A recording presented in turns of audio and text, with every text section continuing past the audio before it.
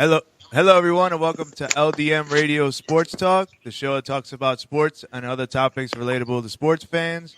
Finally back after missing almost a month over here. Sorry about that, but joining me today will be Adam Tenenbaum from California. Hello, I'm here.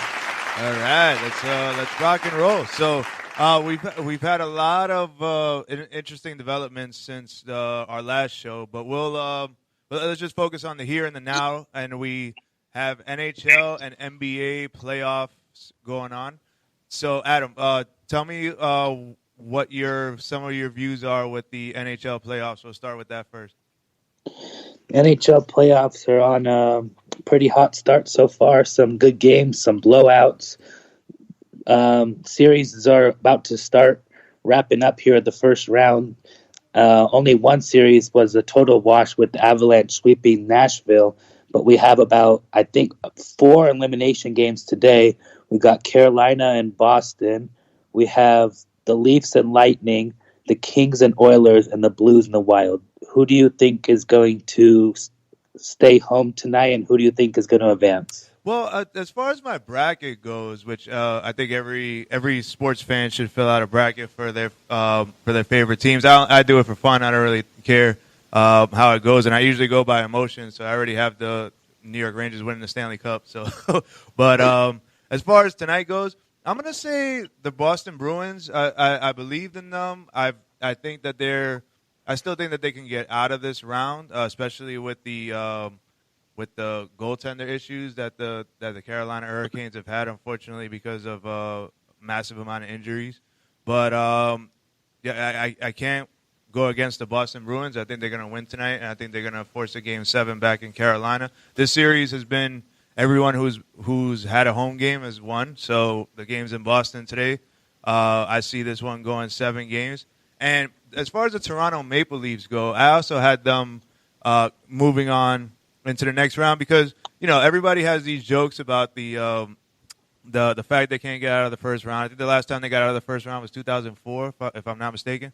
But it's been a while that they have this star-studded lineup. They have tons of money tied into impact forwards, and I think they're synonymous with choking until they don't choke anymore. The same way that the Washington Capitals for years and years and years were underachievers when it came to winning the President's Trophy and being one of the top elite teams, only to falter in the playoffs. I think this is the year that the Toronto Maple Leafs end up nipping it in the bud. And, what better way to do it than against a division rival and 2-time Stanley Cup champion. I think they get out of the first round in here. What do you think? Yeah, I mean, when you go back to the bracket, I actually had the Leafs winning. I don't know if I just wanted Tampa Bay out of the playoffs and wanted something new, or actually was onto something there. But the more I've watched this series, I've kind of thought they could do it. If I'm gonna be honest, they got to finish it tonight, because if it gets to a Game 7 on home ice, that's their issue. They keep struggling all the time. Don't even let that doubt creep in. Just finish it off today. Yeah, you have Marner and you have Austin Matthews. They're doing what they're supposed to do. They're scoring points. They're scoring goals. I see this as definitely a Leaf team that has come into its own. And then you think about it, the impact wingers that they have. But you could also throw in William Nylander in there. They were a young core. They're a young group. They weren't. I'm sure they didn't know in 2004 that they would be Toronto Maple Leafs. Let alone making it into the NHL and things like that. Like you really can't. It's unfortunately in sports, there's when you're in a franchise that has so much losing tied into it and so many failures and high expectations that didn't work out. It ends up moving on to the current roster, but the current roster really has nothing to do with those past failures to an extent. But then you also have the past couple seasons they've been faltering, and it has been with the same kind of core roster. But this core has been really, really young, and it seems like now they're coming into their own. They have the playoff experience behind them. That's not the issue that it was for years past. And I really believe that this is going to be the year that the Toronto Maple Leafs make some noise, definitely get out of the first round, and then see where they go from there. But I agree with you. It has to come tonight because, to go through another 2 days and, having all this talk about, they're going to choke again, that's something that I'm sure none of them want to deal with. And to get it done now would set them up into the second round. But then again, we also have they're going against the Stanley Cup champs of 2 years in a row. I want to say a fairly healthy roster. I don't, all of their big stars are playing. Whether they have a couple other guys that aren't playing, but like you got your Kucherov, you got your Stamkos, the Vasilevsky. Everybody's in there, so it would be such a jolt to that fan base and just the franchise in general if they're able to get out of this game tonight and move on to the next round. Yep, I totally agree on that one. They got to get it done. And what I think is the most interesting series as far as balance in the Western Conference has been the Minnesota Wild versus the St. Louis Blues. And this is going into this, St. Louis dominated in the regular season, even though the Minnesota Wild has had their best year in franchise history. Going into this one, they've struggled against the Blues. You have your division rivals, so you have that familiarity between everybody. And there were a couple of games here that the Blues. They won that first one in super convincing fashion. It looked like it was going to be the same way it was the regular season, and then the Wild ended up storming back. But now St. Louis has a 3-2 series lead going into St. Louis tonight for this game. Who do you think comes out with this one?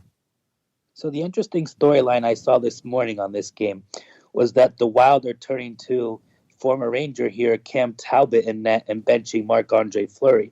While that hasn't been exactly confirmed, it seems like it's going to happen. So I'm interested to see how Talbot is going to fare better than Fleury, because in all honesty, I don't necessarily think Fleury's the one to blame for the last 2 games. They've been pretty close games. They just let up on defense and gave up some goals late and didn't win those games. So is Talbot gonna pitch the shutout, or is he gonna be terrible? I don't know. The Blues seem like they've had their number when they're healthy. With the games 2 and 3, the Blues lost like 2 or 3 defensemen, and then ever since Leddy and Bortuzzo have came back in that series, the Blues have won each game. So I want to see what is going to happen in that kind of game. I feel like the Wild, the way they win against the Blues, they have to get out to the big leads and then don't blow them. The Blues are perfectly fine playing from behind and coming back. I want to say that this series goes 7 because I just don't think the Blues are quite as much better to finish it off in 6. Yeah, I'm going to say that this is one of there's a lot of series here that are dominated by playoff experience, and we'll get to that a little later because there's one particular local series that is shining through pretty strongly there. But this is also another series. You have your St. Louis Blues who coming off of the World Championship. They won the Stanley Cup a couple of years ago, and they have a lot of the same roster, a lot of the same core players. And then you have a Minnesota Wild team that has just come in. They've come into their own this year. They've bursted onto the scene. Kiprasov is a certified star at this point. Matt Zuccarello, at age 34, has had a career season, which is pretty amazing. A former New York Ranger. When he was with the Rangers, he was doing like about 60 points a year, and then he ended up having over 80 this year. So, the interesting part about the Fleury trade, though, is that they acquired Fleury, and then Cam Talbot was super hot. And then they were doing the alternating, and both of them were hot going into the playoffs here. But, the interesting part about it was you understand the logic of it, just to have that depth in goaltending and to have Cam Talbot has a history of getting injured here and there, so you want to have that depth there. But at the same time, there's really no Stanley Cup champions that come through when they have like 2 goalies just splitting time. And that's one of the interesting factors here. Whenever it happens, I mean, it in some course of history, I'm sure it's going to happen at some point. But through all the Stanley Cup champions, there's always that one goalie that ends up just being hot and stays consistent, and that's how they end up winning the Stanley Cup. Pretty much, it's mostly they're winning all 16 games that it takes to win the Stanley Cup. So it's very interesting the way they have the goalie tandem set up, and I don't know if it's going to work. Like I don't see at this point now that a switch is done whether Cam Talbot's going to be able to overcome this. And then if he wins Game 6, then you have to definitely win Game 7. And let's say Minnesota wins both of those games, then who do you go for in the first round? You're not going back to Fleury until there's another shift of a couple of games, and every game is important in these playoffs. I don't. I see this series definitely ending tonight with the Blues winning. But that's why they play the games. We'll see how that one goes. And then the last one, which is probably the shocker of the West, we have the very, very young Los Angeles Kings, who are defying logic as far as playoff experience goes. For most of the roster, they have they have their older veterans. This year is going to be the last year of Dustin Brown, which was a former captain and now assistant captain, two-time Stanley Cup champion. That was announced in the beginning of the season. They have Alexei Kopitar, who's one of the best two-way forwards in the league. But then after that, they bought into the young, the high scorers. They ended up getting high picks in the draft, and now they're starting to come in through. And now you have a Houston Oilers team, where we were talking about the Toronto Maple Leafs and how they've been through a lot of expectations and not been able to win. Now the Oilers are on the brink of continuing their streak of fertility and not being able to meet up expectations. What do you think? Yeah, so on the Oilers, I think I saw something where they haven't won a series since 2017 when they won their first round matchup against, I believe, the Sharks. They just have the same issue every single year, and they do not fix it. I mean, you have all that superstar up front with McDavid and Draisaitl, and they even got some guys up there that are pretty good, like Nugent Hopkins and Kane and all them. But the thing is, they just don't figure out how to play those tight, low-scoring, close games with when you need a big save and a big goal down the stretch in the game. Mike Smith does not make those saves. He can make all the saves in the first and second period, but when it comes to a clutch save down the stretch, he doesn't make it. And they've had that same issue every single time. And that is what the Kings are feasting on here. Because Quick, he might have all of his issues about how much goals he gives up sometimes and how dominant is the others. But when it comes to a close game playoffs, he's pretty much the man when it comes to that. Like that, every single tight game in this series, he's made the clutch save, and Smith has it. The Oilers could only win if they're blowing them out. I think with their backs against the wall, they will come up with a pretty good victory tonight. I would say 4-1. All right. Well, I think that's pretty fair. I didn't see the Kings getting to this point. Eventually, the Oilers have to break through and make this happen. I agree with you with the Mike Smith situation. It's not like they haven't tried either.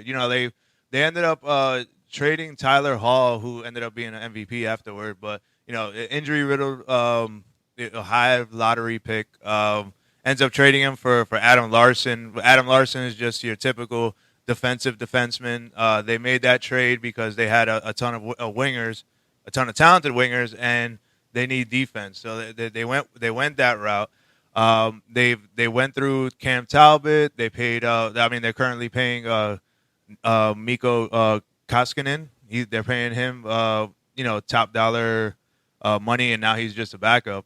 So like they've tried to basically throw money into this situation, and they've tried to acquire the proper goaltending and defensive tandem. They're just not able to do it. Now you have it defies logic so much that you have two super impactful MVP top of the leaderboard candidates in Leon Draisaitl and Connor McDavid, and they're not able to at least even win one playoff round. That just totally doesn't make sense. If any other sport, if you have, let's say, like two top home run hitters in the same lineup, if you have two impact, like every successful NBA franchise seems to have like two superstars on their roster. If you have two like MVP candidates on your roster, like you're a pretty good team. it just defies logic how they're not able to make this happen. So I'm gonna say that I'm gonna say the Oilers win tonight and they go into Game 7. But even in Game 7, I mean, anything could happen in a Game 7. I don't know. If they do end up winning this series, it'll be great for them. But even to get to this point has been a great disappointment. All right, now we're gonna move over to the much talked about local series between the New York Rangers and the Pittsburgh Penguins. I am sitting here today happy that this series is still going on because once this series, it was tied 1-1 after an overtime, double overtime or triple overtime game 1, and then game 2, the Rangers ended up looking like they were pretty strong and they were gonna finish out this series. Once they got to Pittsburgh, I mean, 14 goals in 2 games. Between you have your who ended up being announced that the Vezina Trophy candidate, leading Vezina Trophy candidate, I'd say he's probably going to end up winning that award. And then he even is now a nominee for the Hart Award as well, Igor Shesterkin. And now he got pulled from both of those games. It was just a complete mess, and they looked absolutely in disarray. They were basically laughed out of the building, embarrassingly, at the end of Game 4. They ended up coming out yesterday, and they won Game 5. What do you think of this series, how it's gone so far, and where do you think it's going to go? Series is tough because it's just you don't really know in this playoffs sometimes what you're going to get out of a young team. When the Rangers are going like they were in parts of Game 2 and Game 1 and Game 5 when they came back from down 2-0 and scored like 3 goals in a minute or something like that, they look as good as anyone. But then there's just issues. Then there's issues when they'll just give the lead right back. It's like Igor was the man in the regular season, but the playoffs are completely another animal. And the Penguins seem to kind of figure out his number a little bit in this series because it's tough when you keep playing the same team 6 and 7 times in a week or whatever. I think the Penguins' experience will get it done in Game 6, but if Igor decides to be prime Hasek or Raw or whatever, then all bets are off. That can go 7, but I'm thinking it's going to end in 6, and they're probably a tight 3-2 game. Yeah, what I see happening here, and I've said it. I don't know if I've said it on this show, but I'm going to be pretty confident that I've actually said it on this show, and just in sports conversations in general. When you rely so much on goaltending, you rely so much on just one player itself. If he's winning regular season games, like 2-1, 3-1, like those 1 goal like games can turn into a 5 and 6 goal game because like you have your deflections, you have the puck goes off of a skate and then goes in, and then you have your like little glitchy ones where the puck just finds its way finds the way in the net. Goes off of a body, goes off of an immaculate deflection that actually ended Game 1 from of Evgeny Malkin. Different situations like that. You have sometimes it has to do with puck luck, sometimes it has to do with positioning. But even goaltenders, they could do everything right and the puck will still go in, and that's what a lot of what's happened in this series. And it's just he's had some poor positioning on some of the goals, but at the end of the day, it just seemed like he was not able. He can't do it all on his own. And I think one of the most underrated storylines of this series, I think maybe because it's actually like my favorite team, and these kind of different integral parts about it. But then the loss of Ryan Lindgren, who left in one of the overtimes of Game 1 and then didn't play until last night. That was a huge loss because you just lose your top defensive defenseman, and who he plays with on his other pairing is your reigning Norris Trophy winner Adam Fox, and there was just no cohesion with anything whatsoever. And I don't think 14 goals get scored in 2 games if he's in the lineup in Pittsburgh. But everybody's dealing with injuries. Everybody has their own different set of issues. That was a big one, and just the fact that you pull Igor Shesterkin from that game 3 after one period, right? So you ended up pulling him, and you know you're going to go to him in game 4 no matter what. So, it just basically it was like Groundhog's Day for him having to go into game 4 after what had happened in game 3. And it was just, I think it was just a psychological mess there. I think the fact that the Rangers won last night bodes well for the team and the confidence. They just have to get off to a good start. And they actually were down 2-0 before storming back and scoring a bunch of goals. I don't think they could go down 2-0 tomorrow night and be able to come out with that win, because that crowd's going to be crazy, and it's just going to, it's a house of horrors right now, and the Rangers are going to have to overcome a lot to win. My heart of hearts is saying that they will end up winning, and I work in MSG, so I was telling everybody, make sure don't make any plans for Sunday, because we're going to be here on Sunday.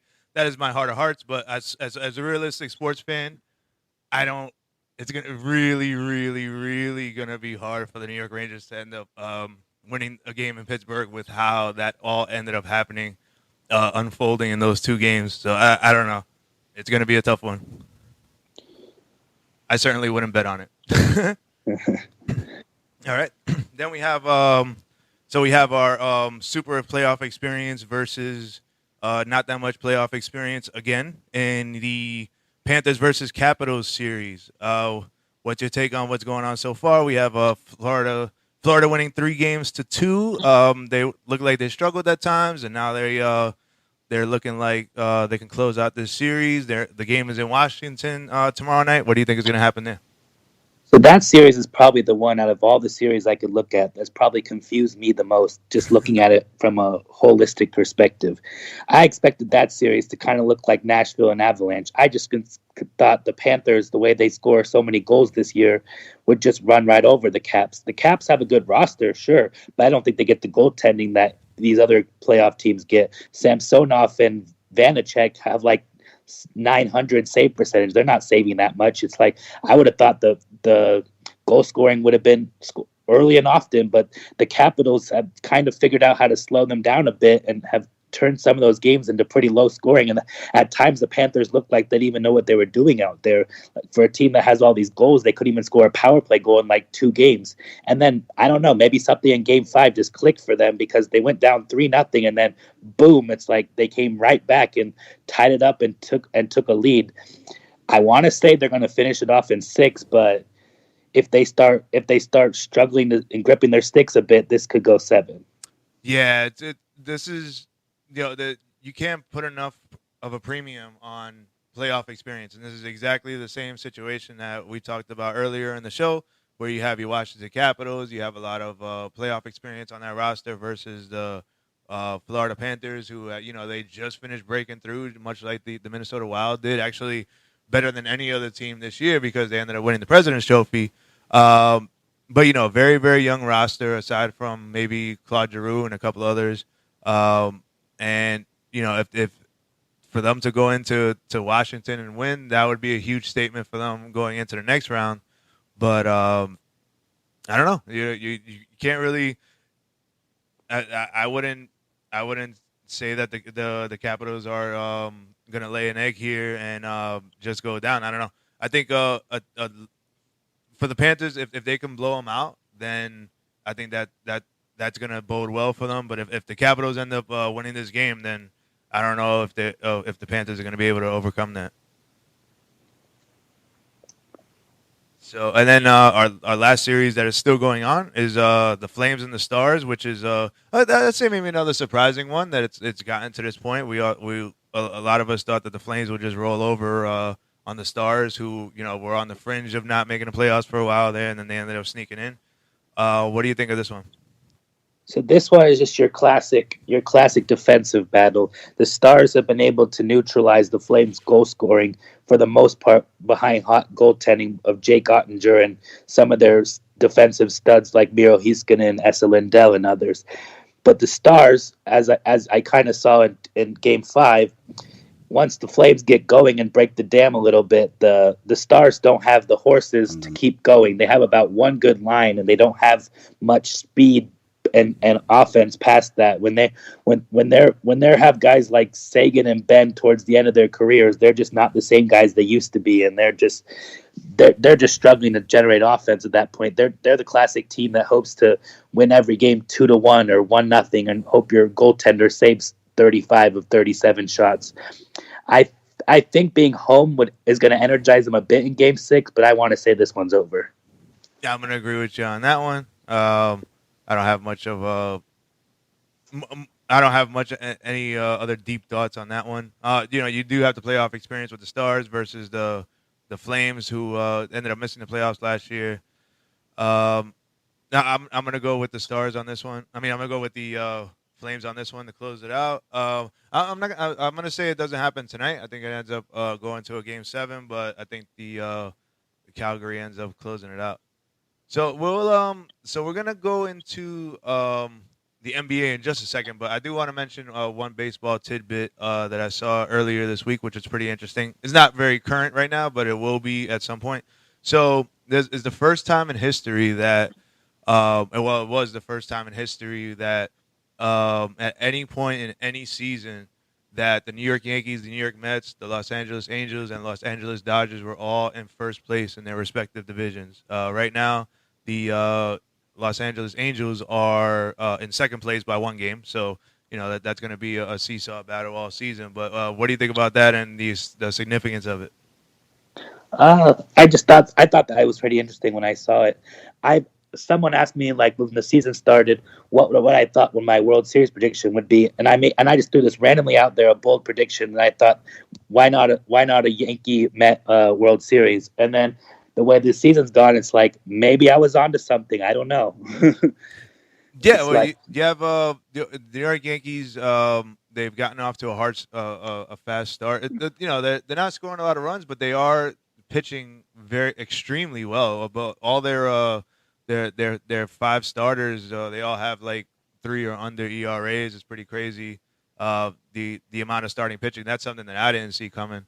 I thought they would just hit outslug a bunch of people and just overcome the bottom half of their rotation. But everybody's doing well. You got the projected number 5 starter, Nestor Cortez, is just like basically pitching like the ace of the staff. So it's pretty crazy. And then you had the Mets, who ended up spending a bunch of money, getting a bunch of great players, Max Scherzer, and a bunch of like playoff experienced guys, and they're gelling very, very well.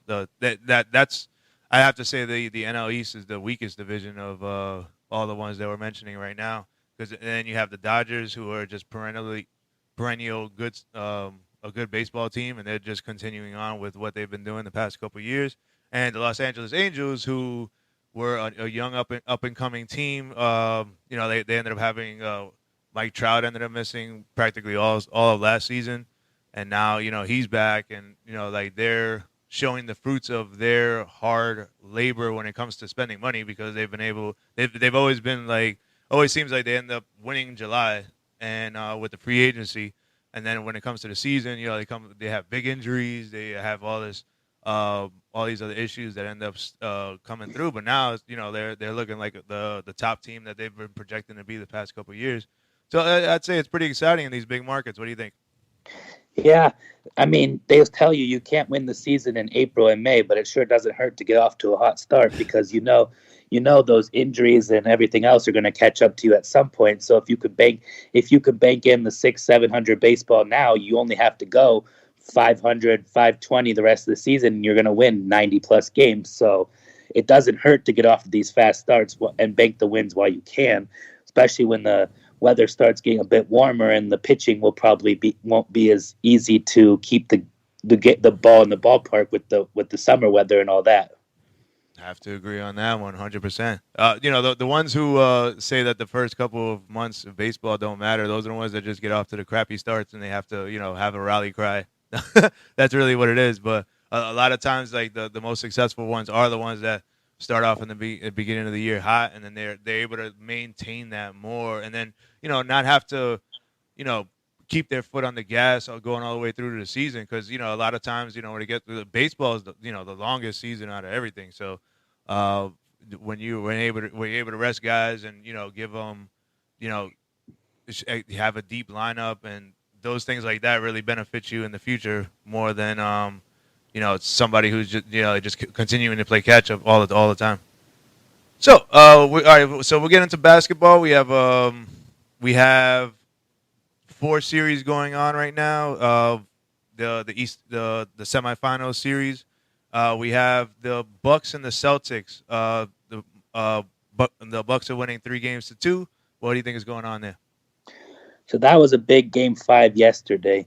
The Celtics, I believe, were up about 14 to 16 points in the second quarter, and then the Bucks closed that to about 7 at halftime, and then the Celtics came off pretty strong in the third and the early fourth, and then the Bucks just showed the heart of a champion here as the defending champ and came back, and I think we're down about 8 late and tied it with the big 3 from Drew Holiday. Then it was back and forth for a bit. Teams were exchanging free throws, and then Holiday again comes up big and blocks the defensive player of the year Marcus Smart, and then the ball goes off Smart, and the Bucks win Game 5, going back to Milwaukee. I want to say, with all that going on, with such a big win like that, going back to your home crowd, I gotta think they're gonna finish this series. Yeah, this is my favorite series out of all of them because it's just like that. These are 2 teams that I like both of their makeups, and like it's unfortunate this series that this had to happen now and not in the Eastern Conference Finals. But Milwaukee, you got to give them a lot of credit. A lot of the big knock on them was that they're not a very deep team, and that and then they end up losing Middleton for this playoff round at the very least, maybe longer. But it's been very impressive that they've been able to beat the Boston Celtics. The Boston Celtics, I mean, they completely rolled the Brooklyn Nets, and they were just looking like this superstar-studded team that were, I expected this game to be over. I mean, I expected the series to be over already with everything that has happened. But what you said was true about the champion of Milwaukee Bucks. Like they just pulled through.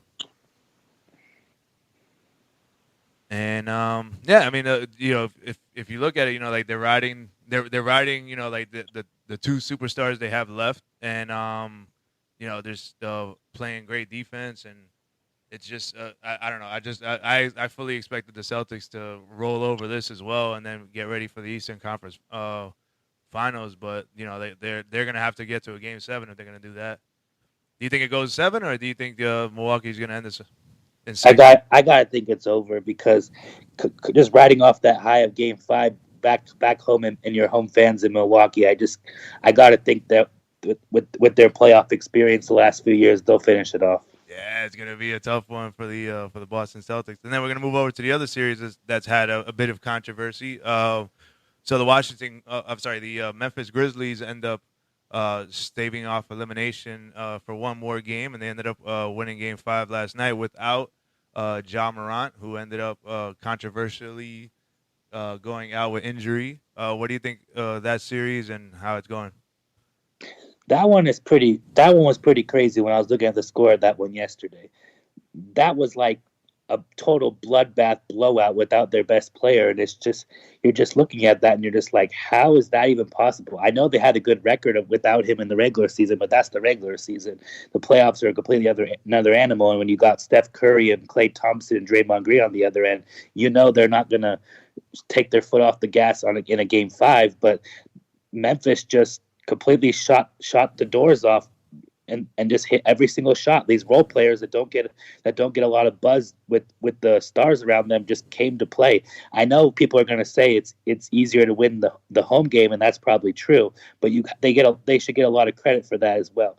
That said, I do think Golden State probably finishes off in 6 games at home. Yeah, this is they were 20-2 without Ja Morant during the regular season, which is absolutely insane.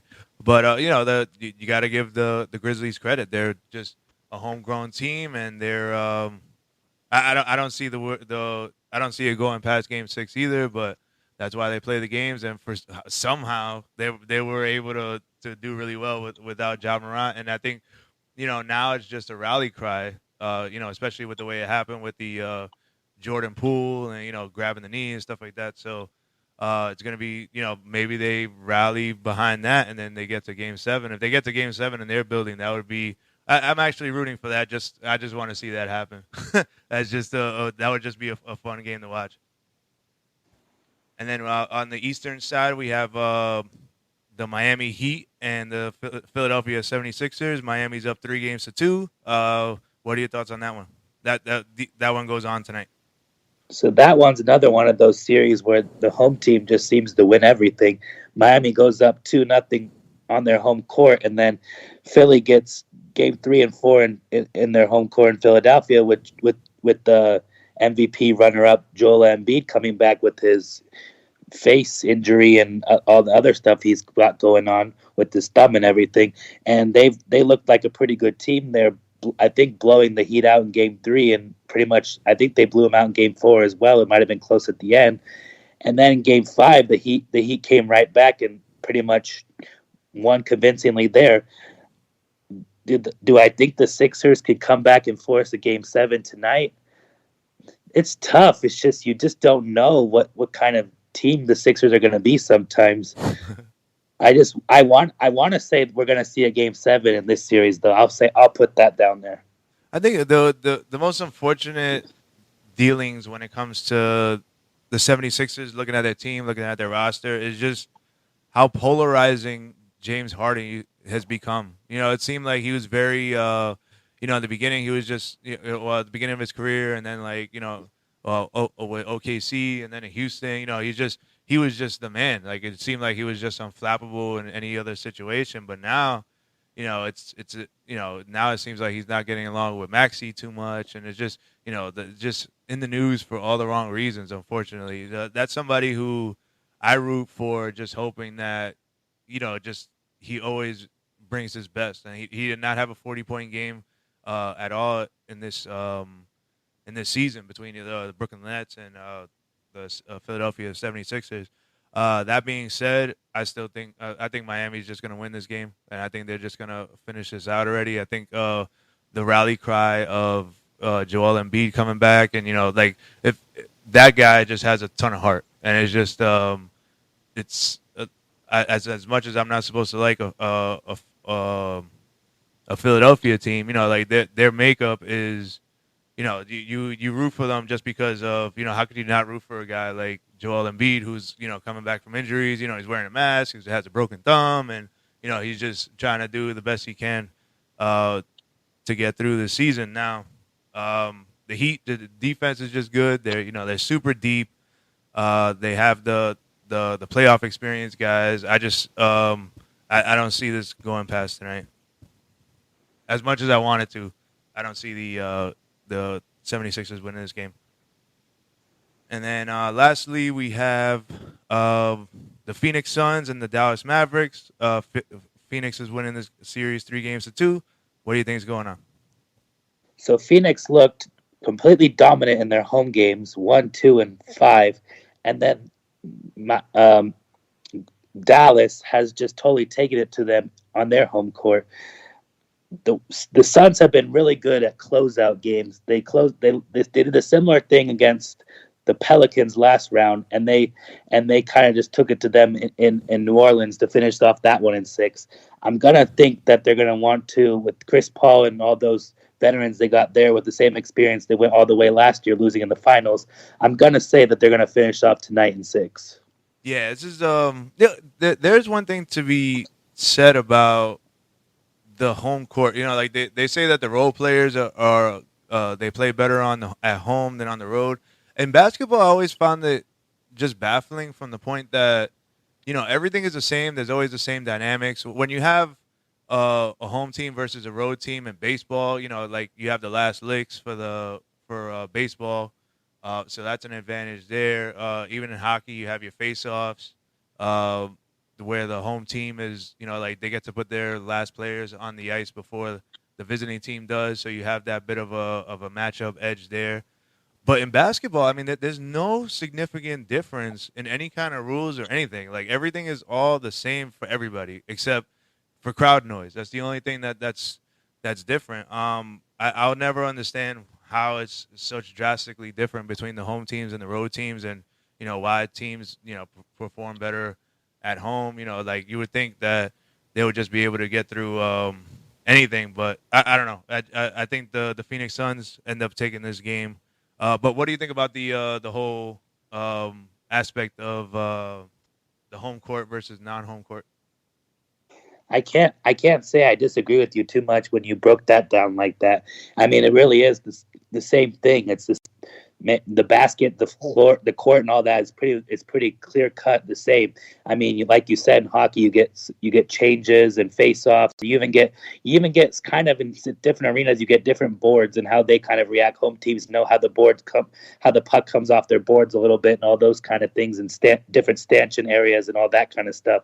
And then in baseball, you have different ballparks. Like your Yankee Stadium is a little smaller than like my Angel Stadium back here or whatever.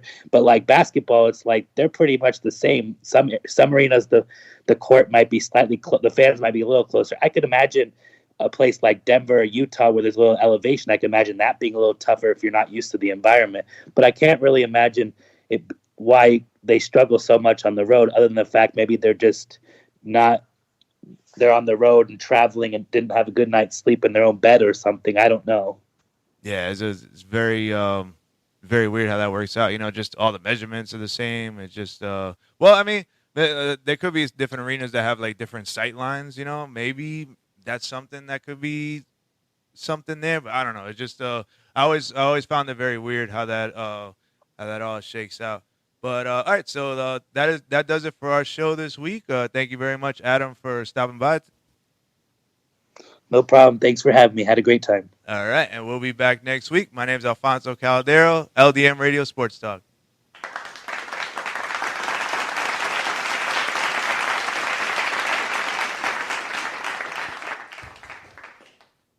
New York City's LDM Radio.